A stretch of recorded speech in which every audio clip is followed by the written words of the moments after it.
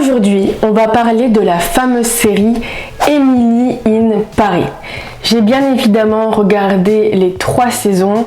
Est-ce que ça veut dire que je suis fan de cette série? Non. En fait, j'ai l'impression que la plupart des Français regardent sans vraiment aimer cette série. Il suffit de regarder tous les articles de journaux qui ont déjà été publiés. Alors dans cette vidéo, je ne vais pas revenir sur toute la série, mais seulement sur la saison 3 et j'aimerais commenter quelques moments de cette saison. Ne vous inquiétez pas, je ne spoil rien, donc c'est parti. La bise. Ok, on commence directement avec le premier épisode. Merci. Merci. Là-bas dans le port, il y a des bateaux, de jolis bateaux qui s'en vont aux îles. This is so chic. There's no grimace, no hamburglar. What's that? Alors, je n'ai jamais vu de macarons dans un McDo. Et quand je regarde ce McDo, donc le McDo de cette série, j'ai vraiment l'impression que c'est une boulangerie, une belle boulangerie française. Alors que, je suis désolée de vous dire ça, mais la plupart des McDo en France ne sont pas du tout comme ça. Donc, si vous pensiez que vous allez venir en France et que même le McDo sera magnifique, je suis désolée de vous le dire, mais non. Mais ouais, c'est vrai que ce McDo là, il est quand même vraiment beau, mais comme vous le savez, on est dans Emily in Paris et le Paris de Emily in Paris existe seulement dans cette série. Bon, franchement, le McDo c'est rien comparé à une scène que j'ai vue dans le premier épisode aussi. Et c'est une scène qui est irréelle. On va regarder ça ensemble.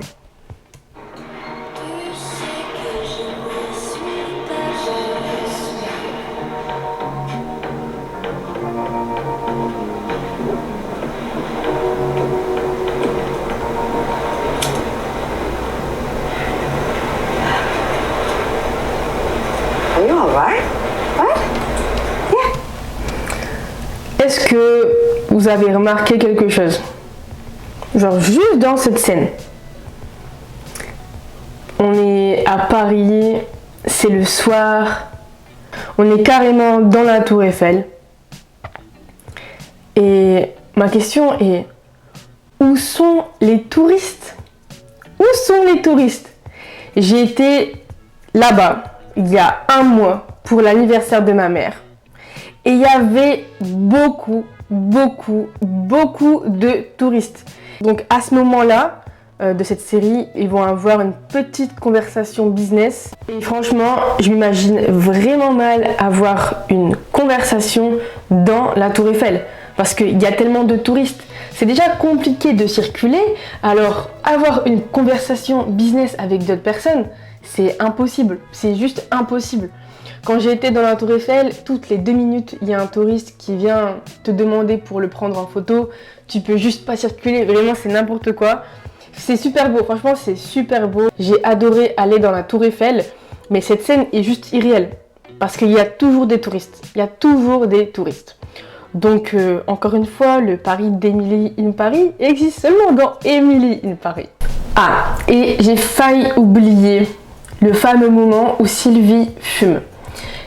Quand on regarde la série Emily in Paris, on a vraiment l'impression que tous les Français fument, que tous les Français boivent du vin rouge à midi et que en France, c'est normal de se tromper.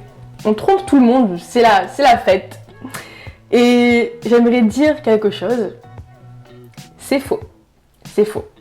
Ok, on continue avec le 2e épisode. There's only one person who's right for this role.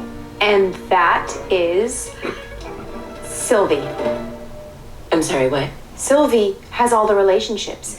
Pierre, Laveau, Zimmer, Romoa. All those clients want to work with her, not with me. She's what Chicago bought in the first place.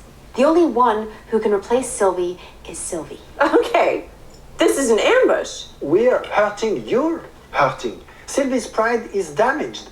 You made your point. And now, you need to apologize and to beg her to come back. Why don't I just stab myself in the eye? And the French love flattery. You have to talk to French people in a certain way. They like to hear sweet things. Bonjour, bonsoir, après vous, merci, all that. Remember, French is the language of diplomacy.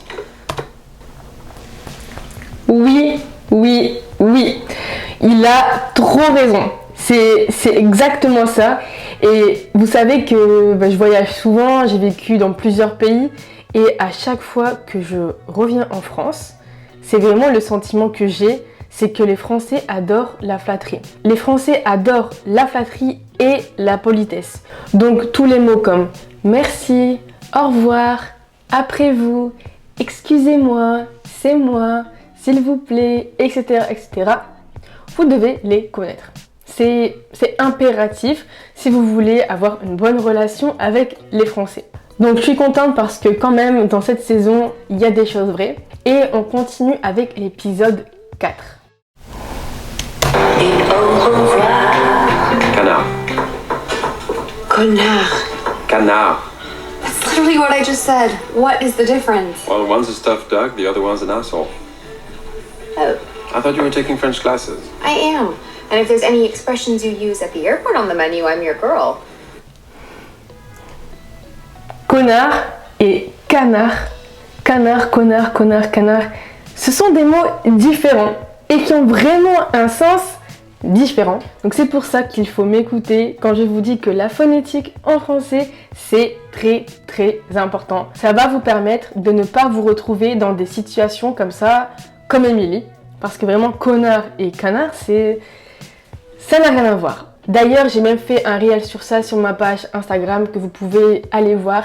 Et d'ailleurs, n'hésitez pas à vous abonner à ma page Instagram car je publie un nouveau réel par jour qui vous aide à progresser en français et bien sûr à mieux comprendre les Français et la culture française.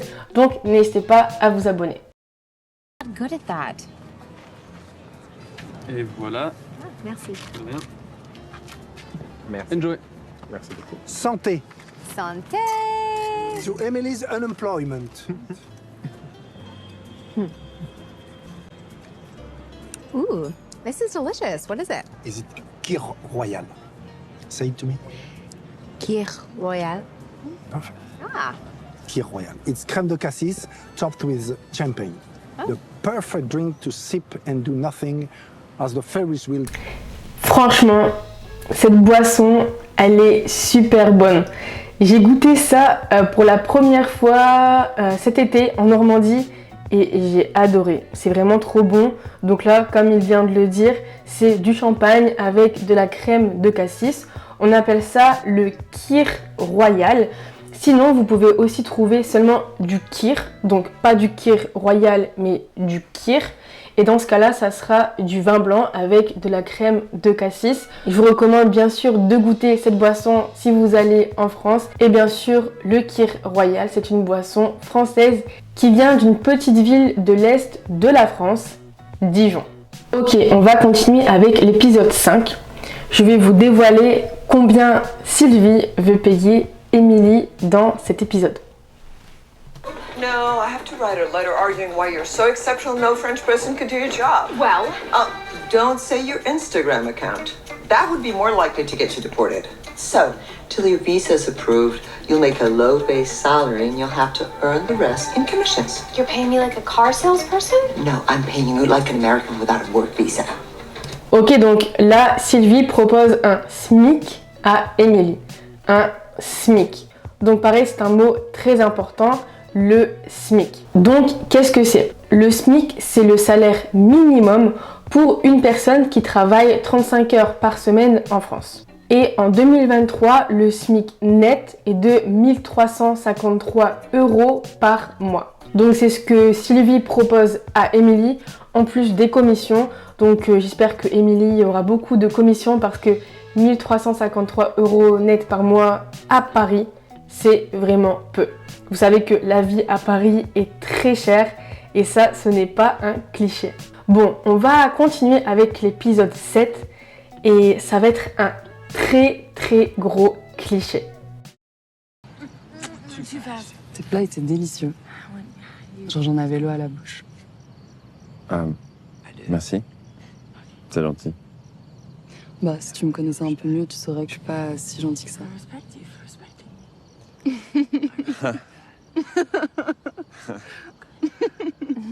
Hi, sorry. Some people are trying to watch the movie, so just shh, a little bit. Oh, thanks. No, they're not. How long have you two been together? Oh, Oh, we're not together. He has a girlfriend who's Yeah. in Greece. We're just friends. Good night, Andy Anderson. So she's your friend while girlfriend's in Greece? I could be your friend too. We could all be friends. It's not like that. She has a boyfriend. Yeah. Oh, and where's he? London. Oh, I get the game now. So your girlfriend's in Greece, your boyfriend's in London. Well, my boyfriend's in Berlin. And I miss him so much.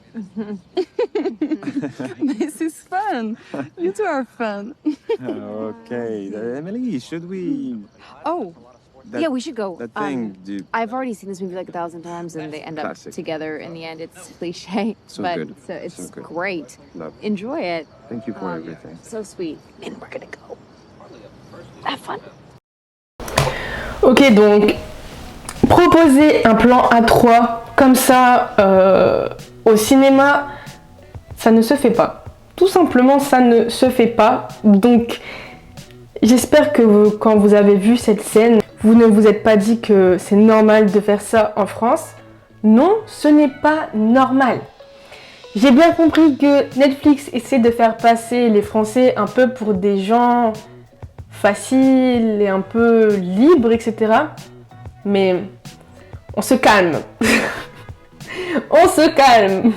Donc, si jamais vous vous demandiez si c'est normal d'accoster des gens, un couple, pour un plan à 3 comme ça en France, non, ce n'est pas normal, je vous rassure. Donc voilà, c'est à peu près tout pour cette saison.